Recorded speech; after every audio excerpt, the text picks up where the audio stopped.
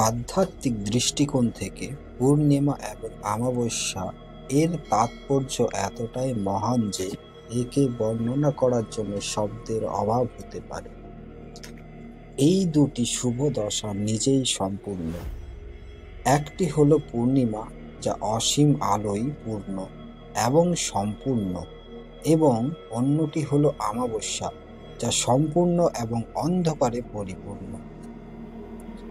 যদি আমরা আধ্যাত্মিক দৃষ্টিকোণ থেকে দেখি, তবে উভয়ই অসীম, মহান অসীম মহাকাশের মতো। ভারতীয় হিন্দু ক্যালেন্ডার অনুসারে চন্দ্রচক্র অনুসারে মাসের ৩০ দিনকে ১৫ দিনে ভাগ করা হয় এবং এগুলিকে বলা হয় শুক্লপক্ষ এবং কৃষ্ণপক্ষ। শুক্লপক্ষের শেষ দিনকে পূর্ণিমা এবং কৃষ্ণপক্ষের শেষ দিনকে বলা হয় অমাবস্যা। ভাদ্র মাসে পড়া অমাবস্যা নিজেই আরও আধ্যাত্মিক তাৎপর্য বহন করে। এক বছরে পড়া ১২টি অমাবস্যার মধ্যে এই অমাবস্যাকে সকলের রানীর মর্যাদা দেওয়া হয়েছে। এটি আলোক অমাবস্যা, কুশগ্রহিণী অমাবস্যা, কৌশিকী অমাবস্যা এবং ভাদ্র অমাবস্যা নামেও পরিচিত। সাধকের জীবনে এই দিনটি অত্যন্ত গুরুত্বপূর্ণ, কারণ মহামায়া জগজ্জননী ব্রহ্মময়ী মা অত্যন্ত ভক্তি সহকারে পূজা করা হয়, ব্রহ্মজ্ঞানের আশীর্বাদ কামনা করে। এই কারণেই সাধক সারা বছর ধরে এই দিনের জন্য অধীর আগ্রহে অপেক্ষা করে। কৌশিকী অমাবস্যার অর্থ কী?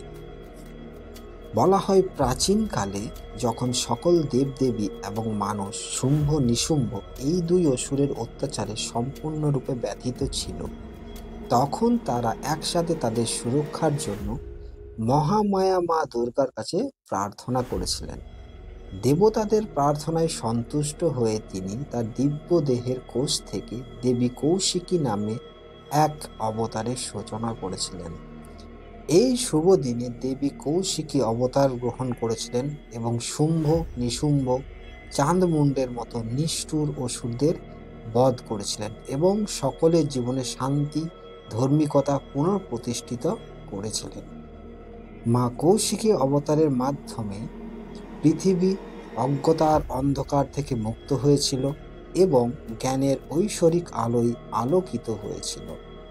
আধ্যাত্মিক স্বাধীনতা এবং আনন্দ উদযাপনের জন্য মানুষ প্রদীপ জ্বালাত, তাই এই দিনটিকে আলোক অমাবস্যাও বলা হয়, অর্থাৎ আলোকিত অমাবস্যা।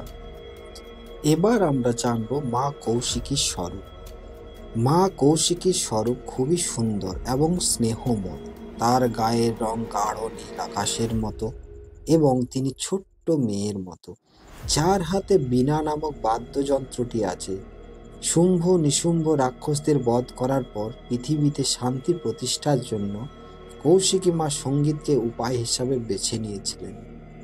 মা দুর্গা আকাশের সপ্তম স্বরে তার জন্য একটি সুন্দর দুর্গ তৈরি করেছিলেন, যা তাহার মতো উজ্জ্বল, যেখানে তিনি ক্রমাগত বীণা অনুশীলন করেন। এবার আমরা জানব সাধক জীবনে কৌশিকী অমাবস্যার গুরুত্ব।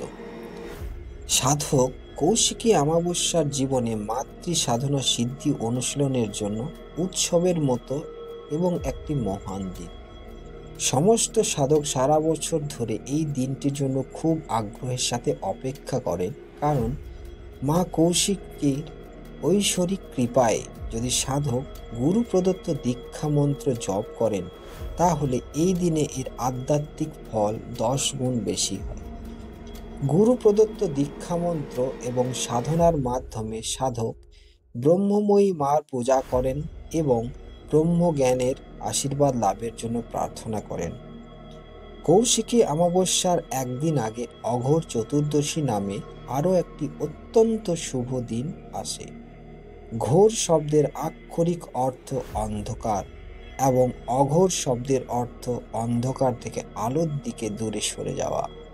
তাই ঐশ্বরিক আধ্যাত্মিক জ্ঞানের আলো অর্জনের জন্য সমস্ত সাধক দেবী কৌশিকীর কাছে প্রার্থনা করেন, যা তাদের মহাসিদ্ধির পথে নিয়ে যায়।